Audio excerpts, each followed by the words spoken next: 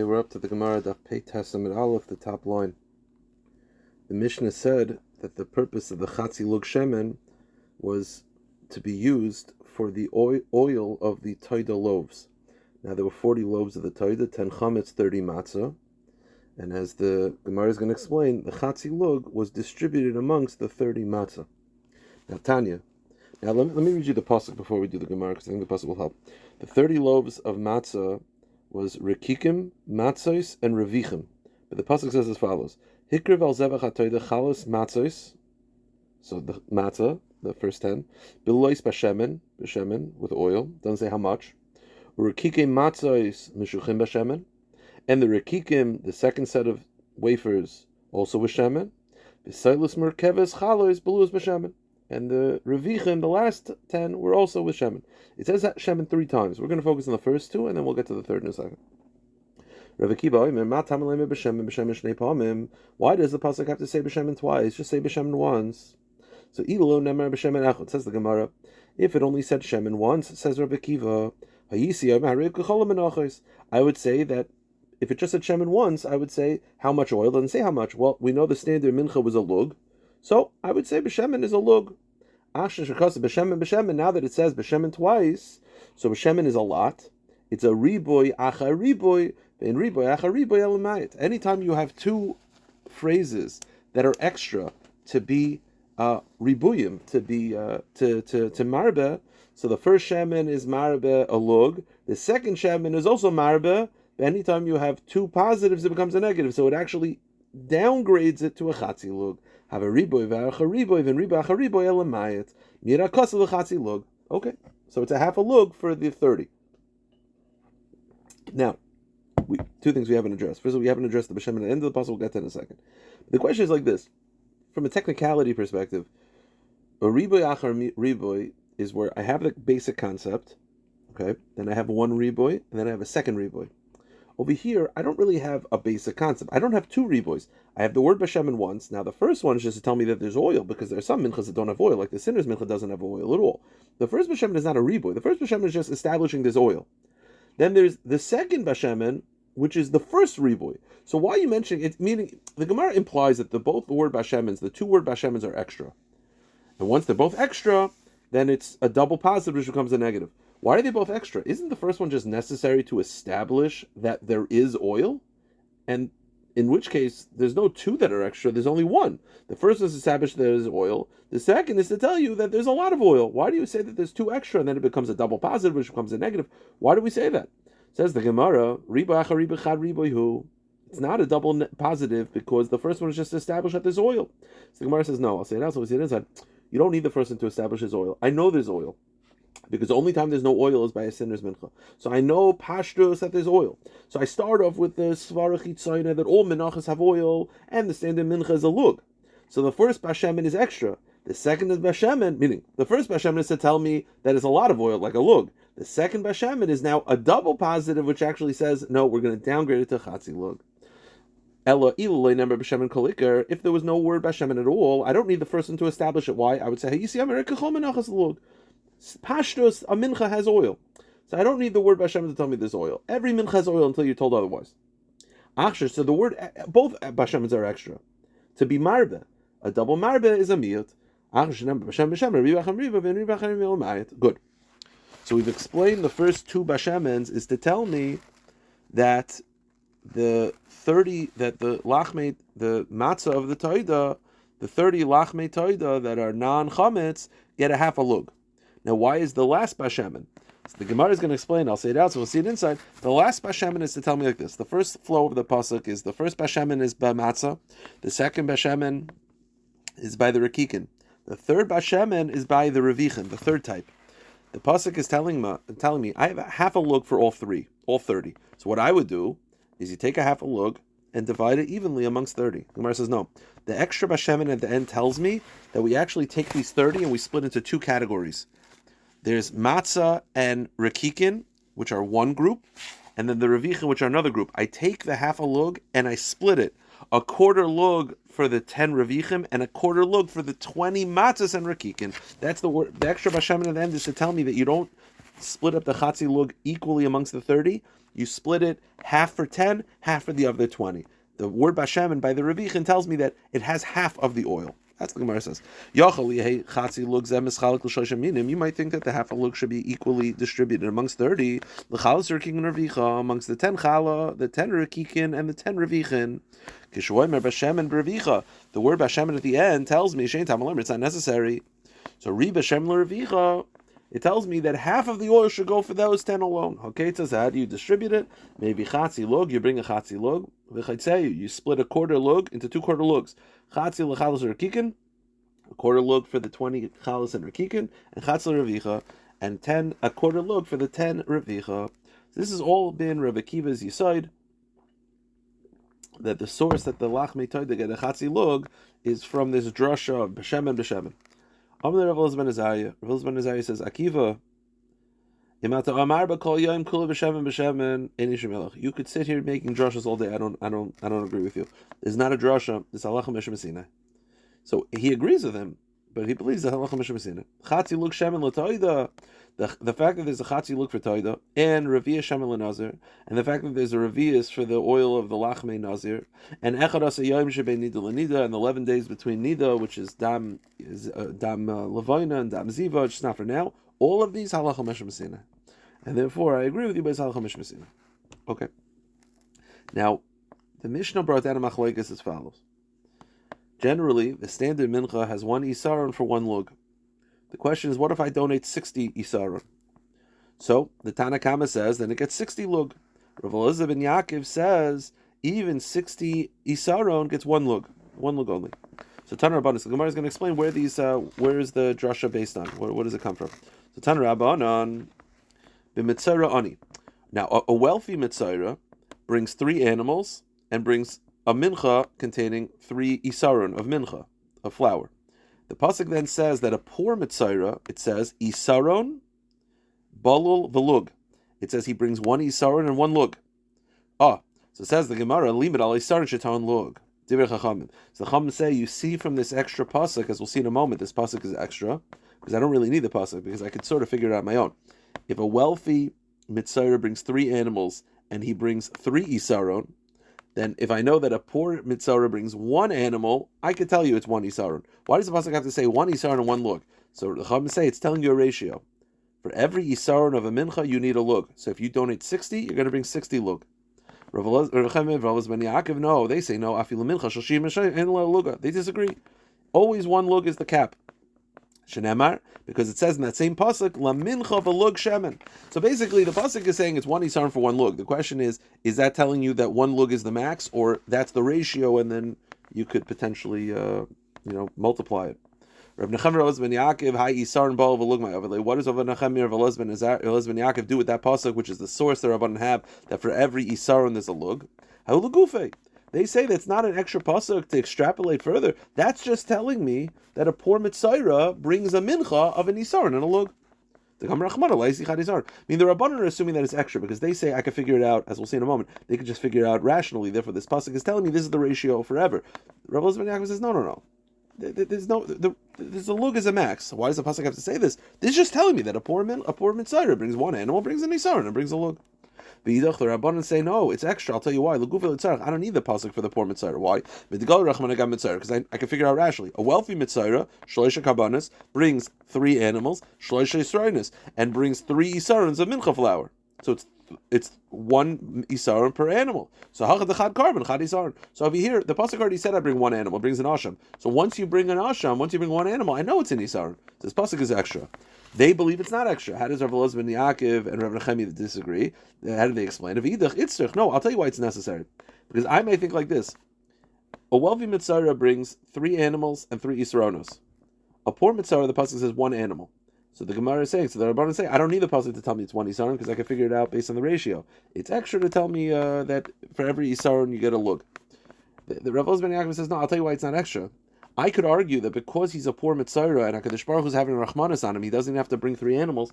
Maybe he doesn't have to bring a mincha at all. Maybe the chiddush of the pasuk is that you bring a mincha at all. You'll say, well, I can figure it out. Why? Because if it's wealthy, it's 3 to 3. This is going to be 1 to 1. Maybe no. Maybe this is 0. Maybe this is you should bring an animal and no mincha. Therefore, the pasuk is needed just to tell me that a poor mitzvah brings a mincha b'chalal. So that because he's poor, Hakadosh Baruch Hu has rachmanis that he doesn't have to bring as many animals. Maybe he doesn't have to bring a mincha at all. Kamashon is a chiddush, but it's not extra to tell me, extrapolate that it's a lug for every isaron. No, it's just telling me that he brings a mincha b'chalal. V'idach, and the Rabbanan respond, L'gamri le'eshkechin. Well, what's a hava minute? You don't bring a mincha at all? Has an option. If the animal requires a mincha, there's no hava minute, you don't bring the mincha. Of course you bring the mincha. And therefore it's not necessary, because I can figure it out. It must be extra to tell me, to extrapolate, extra to tell me that for every isaron you bring a lug. That's the Rabbanan source. Now, Rav Nechemia Rav Ben Yaakov, they darshan the second part of the pasuk, which was La mincha v'loik shaman, that a lug is the max.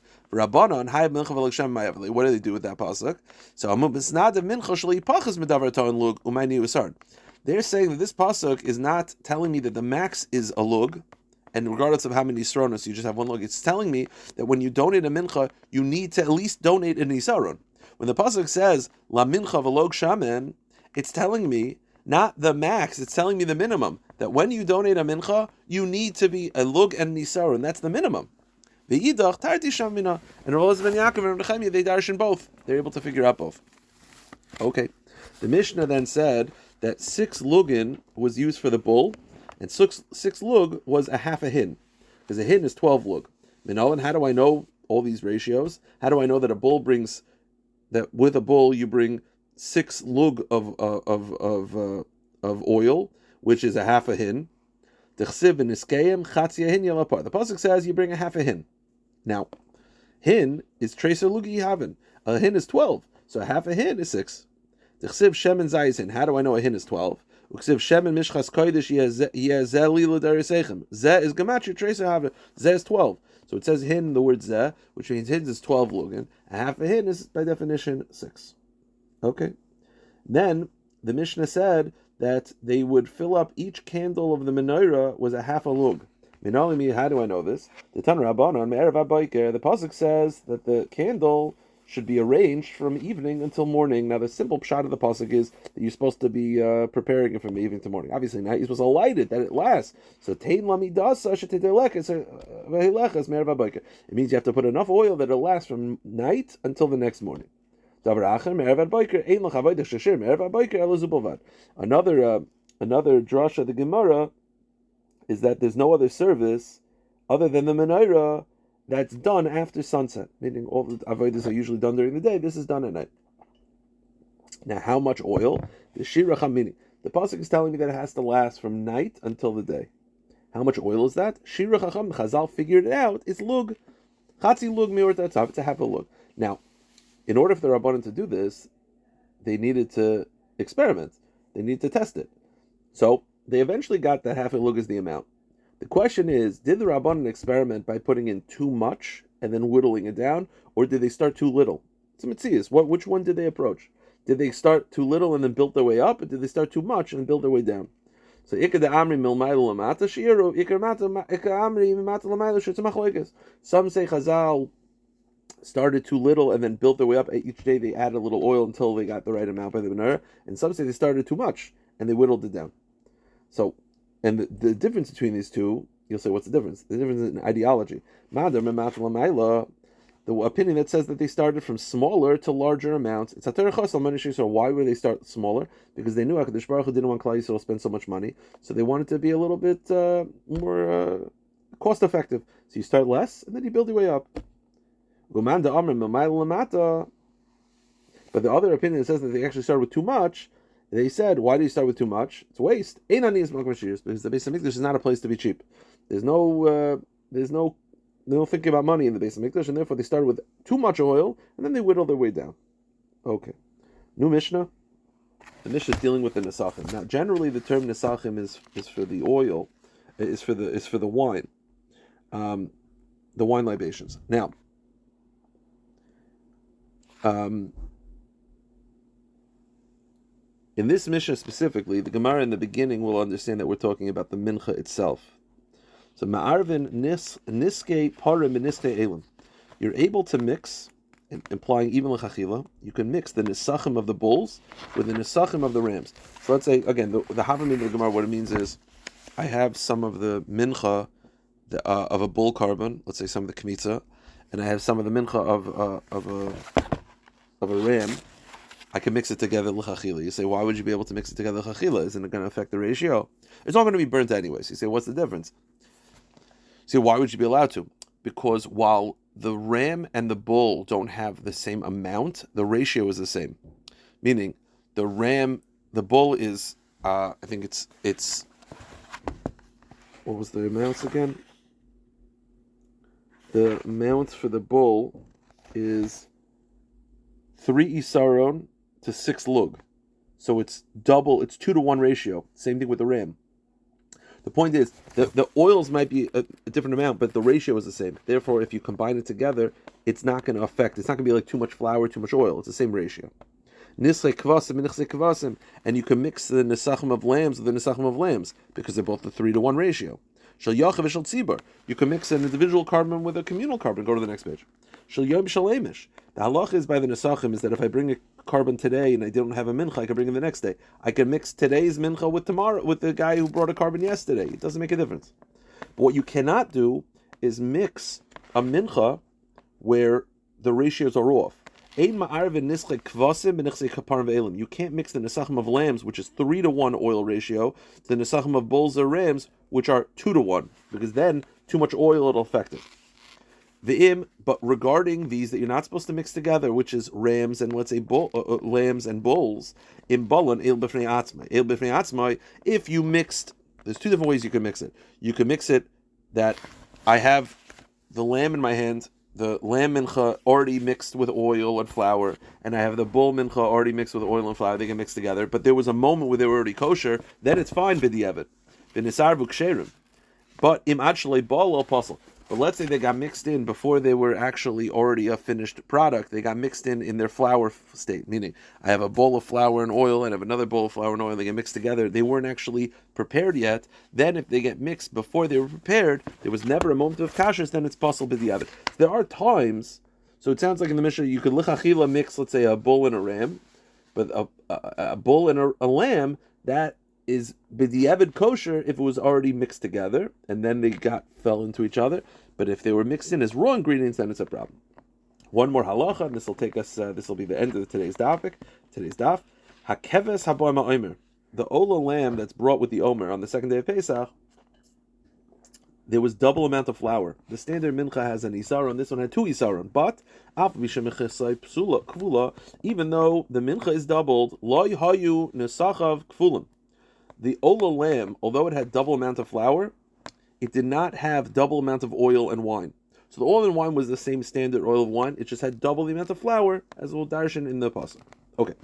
What we have to figure out, this will be until the 2 dots, is the Mishnah starts off by saying that I'm allowed to mix the nisachim, which again we think is the mincha, of a parim with an elim. Now that implies lichachila. Says the Gemara, Ramini, you're able to lichachila mix it? You say, well, they're both going to be burnt on the mizbeach anyway. Yeah, mix a lichachila. Is that true? But doesn't it say regarding the fats v'hiktiru shli'ariv chalav v'chalavim? You're not allowed to mix the fats of one carbon with the fats of another carbon, even though it's going to be burnt on the mizbeach. So you see, it's not allowed to be mixed. So what's going on? How can the Mishnah say it's allowed l'chachila? Doesn't the Gemara say you're not allowed to mix the fats? And if you're not allowed to mix the fats, it stands to reason you're not allowed to mix the kmitzas as well. So the Gemara says, Am Rav Yechanan im nisar v'kamer. Rav Yechanan says, no. The Mishnah means b'diavad. Meaning when it says nisarav, it doesn't mean l'chachila, it means b'diavad. Here's the problem. I'll just say it outside. So you're telling me the Mishnah is really dealing with b'diavad. Here's the problem. What does the Mishnah then say? The Mishnah then says, so let's assume the Mishnah is talking about b'diavad. So you're allowed, so b'diavad, if the par and the ram get mixed together, it's fine.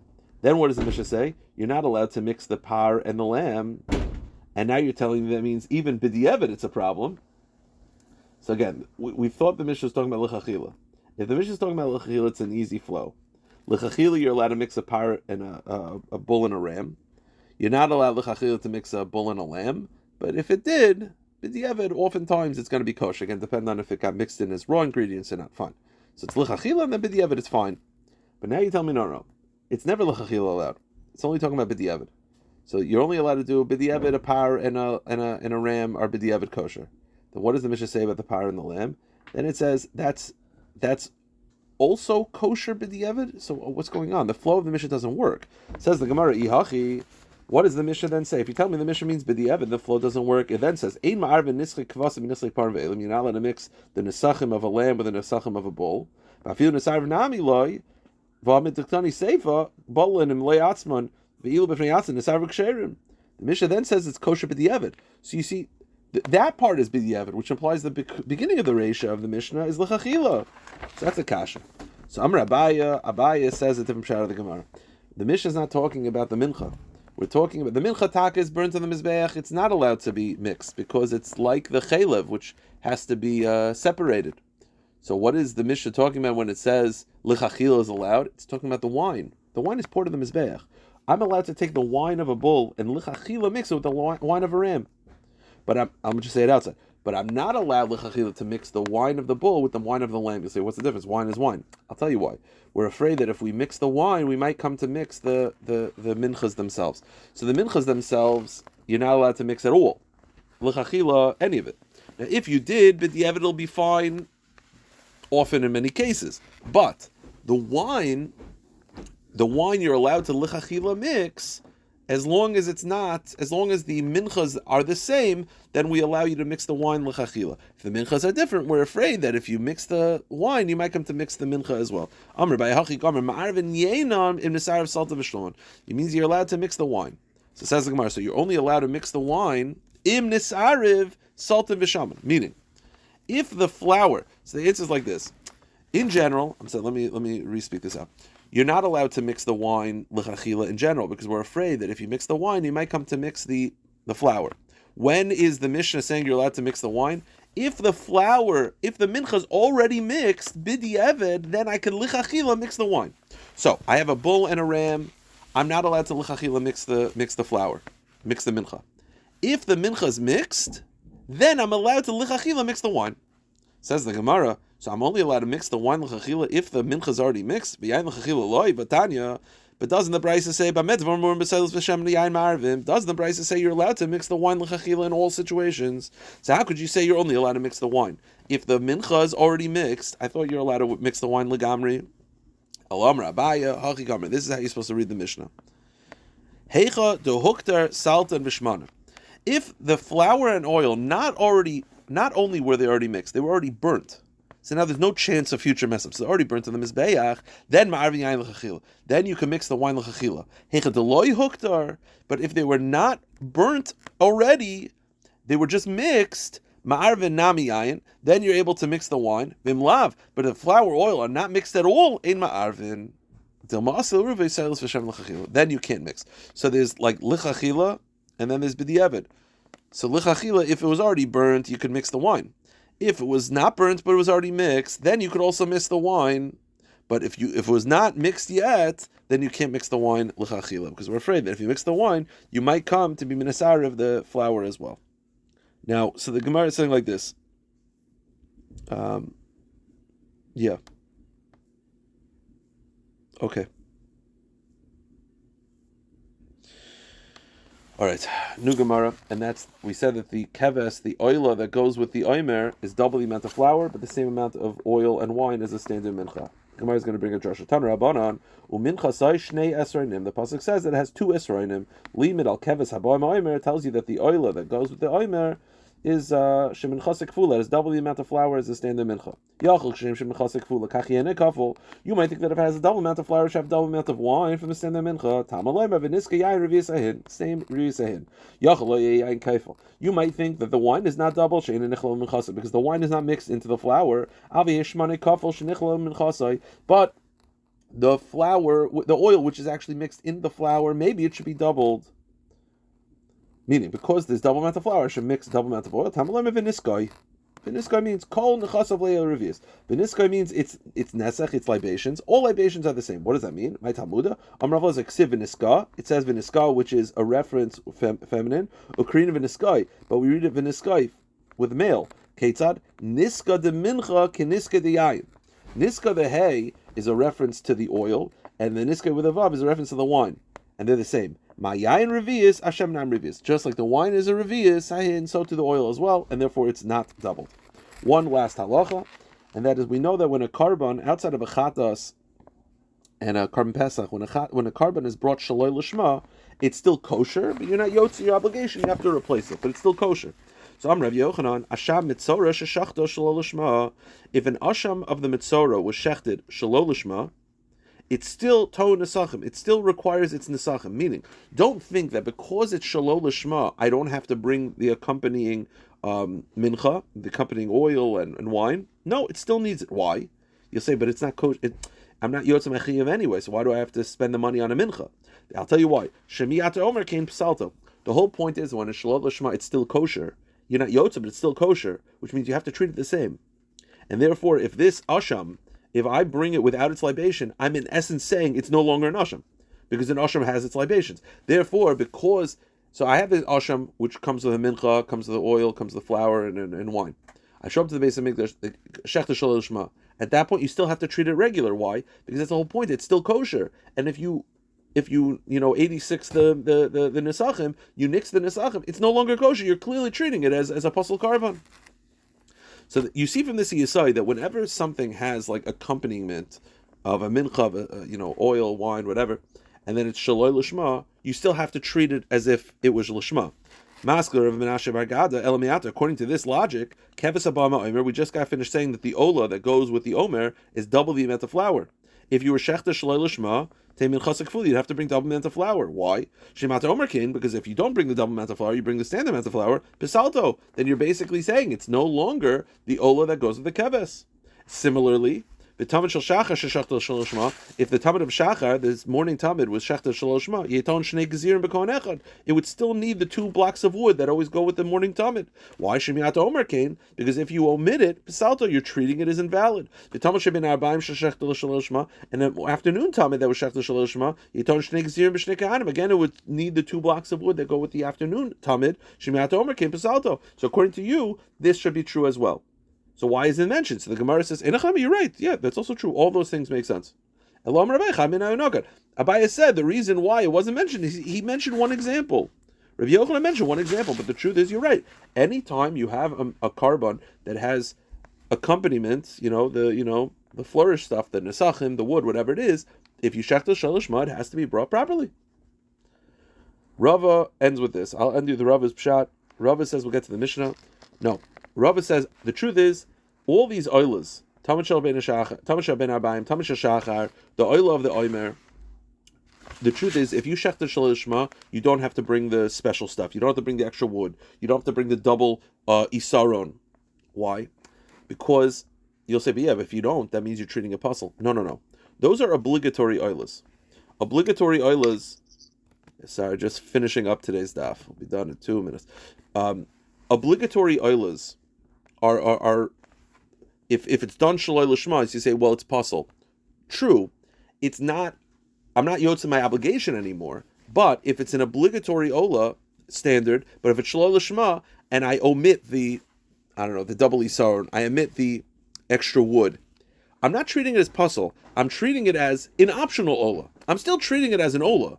I'm maybe not treating it as its original ola. I'm still treating it. Meaning, the standard ola does not have 2 blocks of wood that come with it. That's dafka for the tamid shel shachar, tamid shel ben arbaim. So if I omit that, I'm not treating it as puzzle. I'm treating it as a standard ola. It started off as an obligatory ola, now I'm making it optional ola. But Rav Yochanan was addressing specifically the asham mitzora.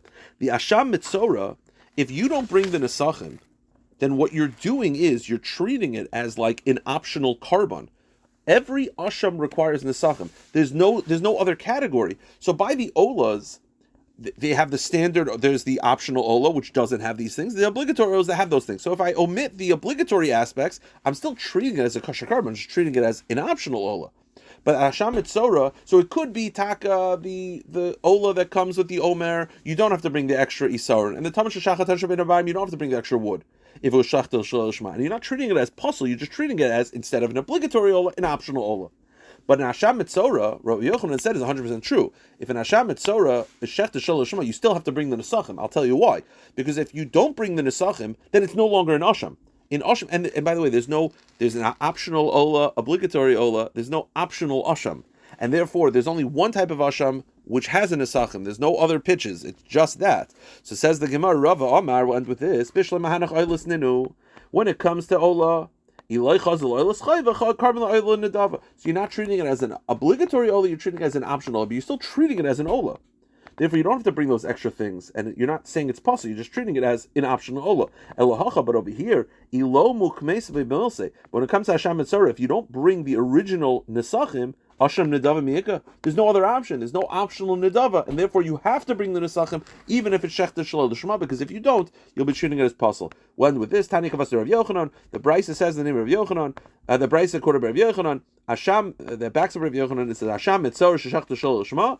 If an Hasham Mitzorah was Shechta Shalol L'Shema, or Shlenasam Midam Agab B'Honas, or if the blood was not placed on the toes of the Mitzorah as it should be, Hareza Ol L'Gab Mizbech, it's still brought, because it's Shalol L'Shema, it's still kosher, V'to Nisachim, and it needs the Nesachim, because if you don't, you'll be treating it as puzzle. But you have to replace it, which is the standard halacha of all Shechted Shaloi Lishma. We'll stop here. We'll pick it up tomorrow, B'ez Hashem.